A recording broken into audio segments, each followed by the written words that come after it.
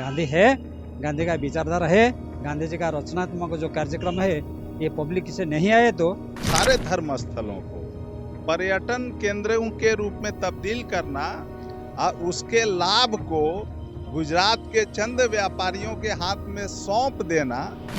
ये घृणित जो काम कर रहे हैं, हम तो घृणा नहीं कर रहे हैं, हम सत्य के ऊपर चल रहे हैं। गांधी जी का जो सत्य अहिंसा के नीति के ऊपर चल रहे हैं। सर्व सेवा संघ के अनुयायी एक बार फिर से धरने पर, सत्याग्रह पर बैठ गए हैं। आप देख सकते हैं गांधी विचारधारा के लोग हैं। हालांकि जिस जमीन को वापस लेने की उम्मीद में ये लोग सत्याग्रह पर बैठे हैं, वो जमीन फिलहाल रेलवे के कब्जे में है और फिर से इन लोग एक बार धरने पर, सत्याग्रह पर बैठे हैं। हम बात करेंगे और समझने का प्रयास करेंगे। सर, क्या नाम पड़ेगा आपका? अंतर्यामी बराड़। क्या कहेंगे आप लोग? फिर से एक बार सत्याग्रह आप लोग का जारी हो गया है। पिछली बार आप लोगों ने काफी सत्याग्रह, काफी धरना प्रदर्शन किया, लेकिन रेलवे ने जो है कि जमीन अपने कब्जे में ले लिया। अब फिर से क्या उम्मीदें लग रही है आप लोगों को? ये रेलवे तो पहले हमको सेल कर दिया, अभी रेलवे का डिमांड नहीं कर पाएंगे, इसलिए हम तो कोर्ट कचहरी में जाएंगे।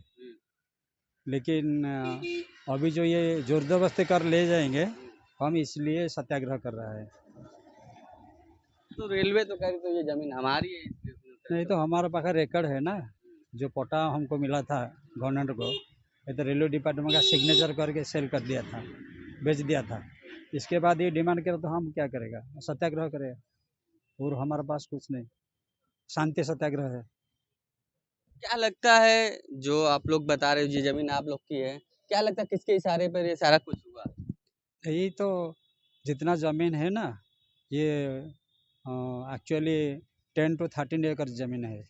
इसलिए जो महात्मा गांधी का, विनोबा भावे का और जयप्रकाश नारायण का जो सब जितना कार्यक्रम था सारा भारतवर्ष में, जो क्रांतिकारी कार्यक्रम था, जो गांधी जी का जो रचनात्मक कार्यक्रम था, ये सब ये अंदर में बनाने के लिए और बड़ा लाइब्रेरी बनाने के लिए गांधी को लोप कर दिया।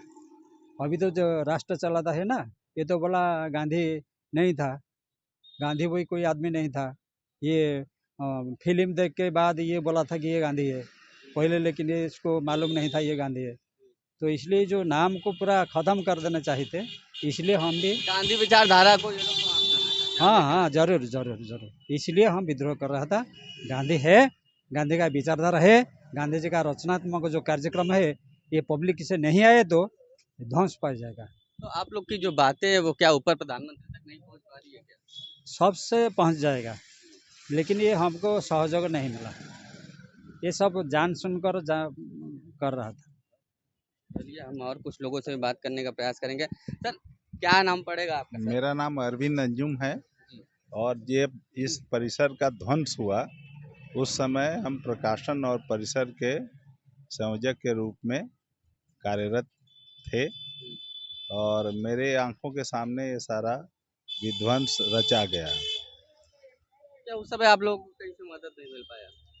मदद जो है, लोगों की मदद तो मिली, लेकिन सरकार और स्थानीय प्रशासन हमारे खिलाफ में था। रेल प्रशासन को तो मोहरा बनाया गया, लेकिन ये कॉन्स्पिरेसी मूल रूप से कौशल राज शर्मा, एस राजलिंगम, कौशल शर्मा जो मंडल आयुक्त हैं। हाँ, और जो जिलाधिकारी हैं एस राजलिंगम, और जयदेव सीएस जो उस समय उप जिलाधिकारी थे, ये इनकी है। और इस षड्यंत्र को रचने का इशारा जो है वो प्रधानमंत्री कार्यालय की ओर से हुआ। आप कह सकते हैं कि प्रधानमंत्री कार्यालय तो प्रधानमंत्री के नियंत्रण में चलता है ना, तो प्रधानमंत्री के इशारे पर हुआ, क्योंकि बनारस का जो प्रशासन है वो उत्तर प्रदेश से नहीं चलता है, ये प्रधानमंत्री कार्यालय से चलता है, क्योंकि वो यहाँ के सांसद भी हैं, सब लोग जानते हैं इस बात को। तो यहाँ जो कुछ भी हुआ वो प्रधानमंत्री जी के निर्देश और इशारे पर हुआ। और एक हम लोग को बहुत अफसोस है कि जिन अधिकारियों ने संविधान की और कानून के राज के सिद्धांत का शपथ लिया, उन्होंने कानून की धज्जियां उड़ाई यहाँ पर। उन्होंने अवैध रूप से दखल किया। किस किस अदालती आदेश? क्यों ऐसा किया गया? कुछ इसके पीछे क्या इस इसके पीछे यही है कि यहाँ पर खिड़किया घाट नाम का एक पुराने जमाने से घाट चला रहा है, जिसको इतिहास पुरुष बनने की लालसा से उसको नमो घाट बना दिया गया। उसके लिए एक प्रतिमा नमस्कार की मुद्रा में लगाया गया है वहाँ पर। तो इतिहास पुरुष या इतिहास के व्यक्तित्व का निर्माण प्रतिमाओं से नहीं होता है, कार्यों से होता है। अब ये इस घाट को बनारस का सबसे मतलब पर्यटकों के आकर्षण का केंद्र बनाना है। यहाँ बगल में हेलीपैड बनाया गया और नदी के तीसरे पाए जो यहाँ पुल है, नदी के अंदर घुसकर कंक्रीट का निर्माण हो रहा है। अब ये जो पर्यटन केंद्र के रूप में विकसित किया जा रहा है, हेलीपैड बनाया जा रहा है, तो इसके लिए इनको जमीन की जरूरत है। ये तो अच्छा है कि विकास हो रहा है ना। विकास जो है, अगर अदानी अंबानी का विकास ही विकास है और बनारस के टोटो चालकों का यहाँ के किसानों की जमीनें ली जा रही है, अडानी अंबानी का इसमें विकास कैसे? इसलिए कि अल्टीमेटली जो है अदानी अंबानी को ही ये जगह सुपुर्द किया जाएगा। बनारस की जनता ने इस बार मोदी जी को जो लेसन दिया है, वो बेसिकली पूरे पूरे धर्म स्थलों को, सारे धर्म स्थलों को पर्यटन केंद्रों के रूप में तब्दील करना और उसके लाभ को गुजरात के चंद व्यापारियों के हाथ में सौंप देना, यही इस सरकार का लक्ष्य। मतलब आप ये कहना चाह रहे हैं कि ये सर्व सेवा संघ की जो जमीन है वो अडानी अंबानी को दी जाएगी? उनकी सेवा में समर्पित कर दिया है प्रधानमंत्री जी ने। इस जमीन को उनकी सेवा में समर्पित करने के लिए उनका जो है उपासना जो करते हैं, उसमें ये भोग लगाया जाएगा। लगभग कितनी जमीन होगी? 12.89 एकड़ जमीन है और इसकी अगर आज भू अर्जन कानून 2013 के हिसाब से अगर लगाया जाएगा तो लगभग 800 करोड़ की जमीन है। अच्छा, आप इस जमीन को तो ये खरीद भी, अधिग्रहण भी कर सकते थे ना, तो उनको मुआवजा देना पड़ता है, लेकिन वो नहीं चाहते हैं कि गांधी की संस्थाओं को वो मुआवजा दे। हाँ, उन्होंने विनोबा भावे और लाल बहादुर शास्त्री, डॉक्टर राजेंद्र प्रसाद और जगजीवन राम के ऊपर में इस जमीन का जो रेलवे से सर्व सेवा संघ को हस्तांतरण हुआ है, उसको उन्होंने कूटरचित फॉर्जरी बताया, उसको धोखाधड़ी बताया। इसमें तो हिम्मत इनको कैसे हुई? तो वो तो कह रहे हैं कि भाई आप कागज आपके पास मौजूद नहीं है, इसकी वजह से वो। अरे हमारे पास में कागज मौजूद नहीं है तो आपने कैसे कहा कि ये फर्जी है? अरे बाबा, आपने 10 अप्रैल को कौन सा कागज देखकर कहा कि ये फर्जी है? किस कागज को देखा था?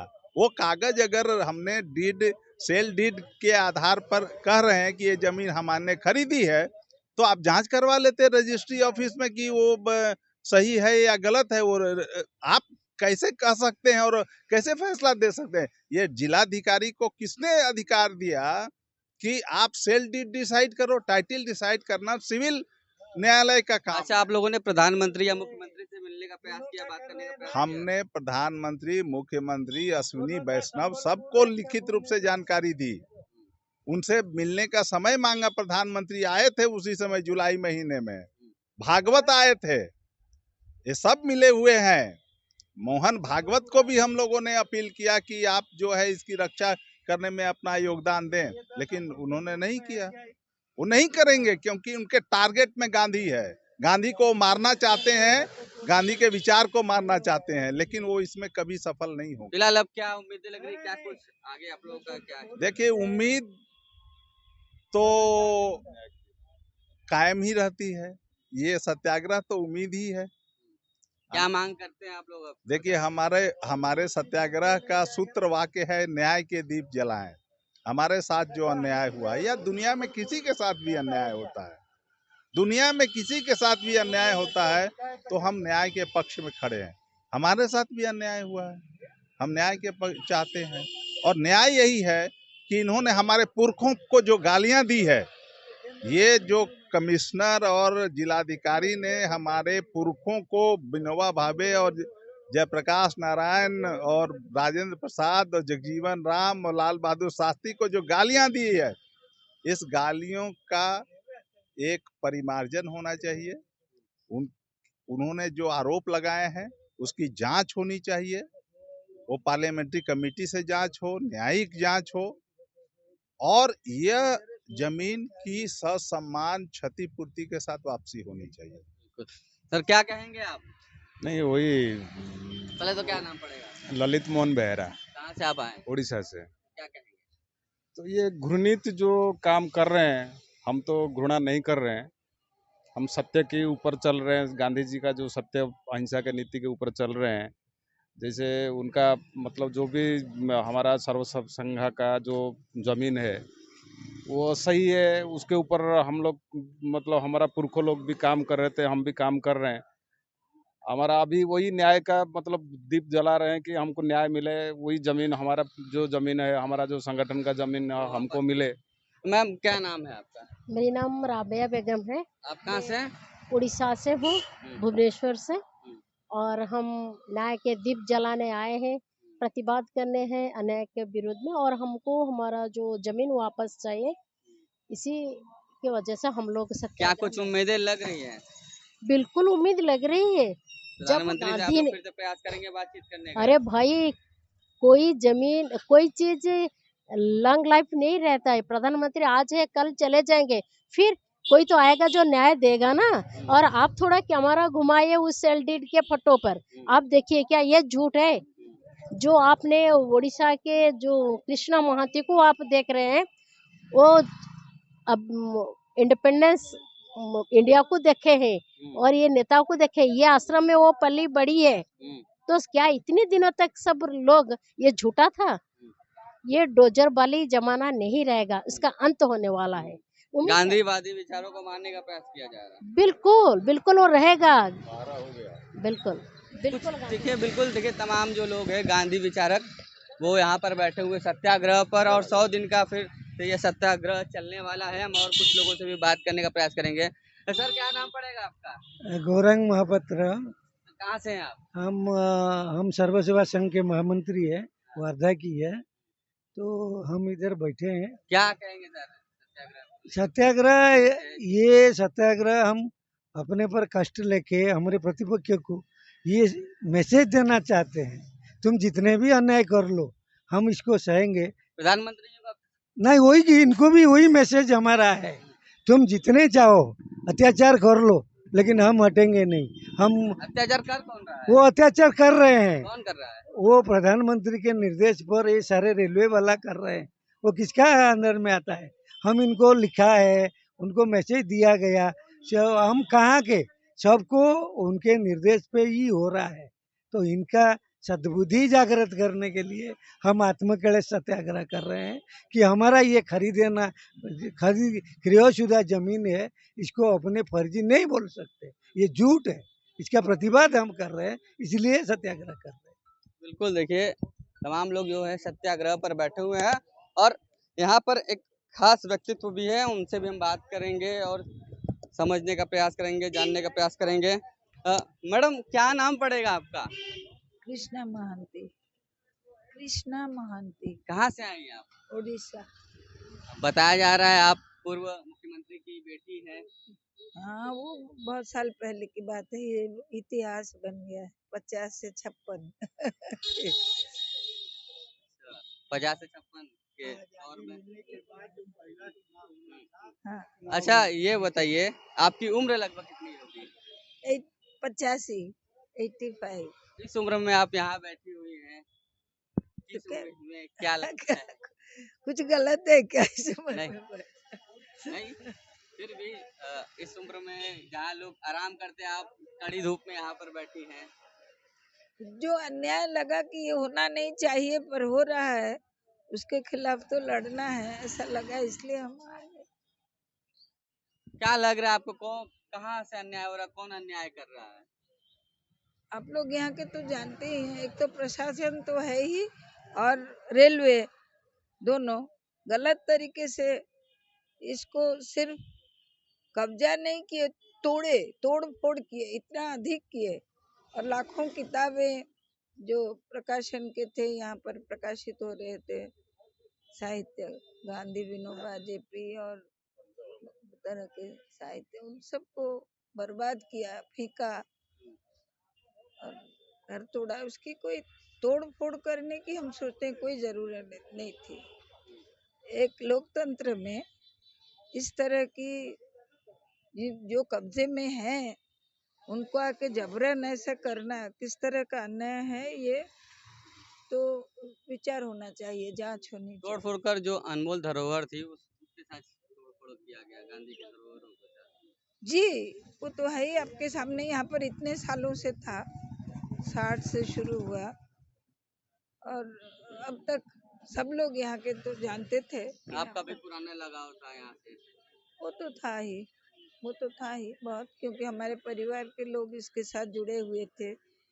ये मेरा जो भतीजा यहीं पर छोटा यहाँ चलने सीखा और बड़ा हुआ और सालों रहा, और मेरे बच्चे भी आके यहाँ आरबीएस में पढ़ते थे। मेरी दीदी और जीजा जी जो यहाँ के तरुण शांति सेना शुरू किए और देश में शांति सेना का काम का उन्होंने जिम्मेवारी ली थी और यही काम करते थे। सर, पर तालीम होता था, उनके लिए शिविर चलता था, तालीम शिविर।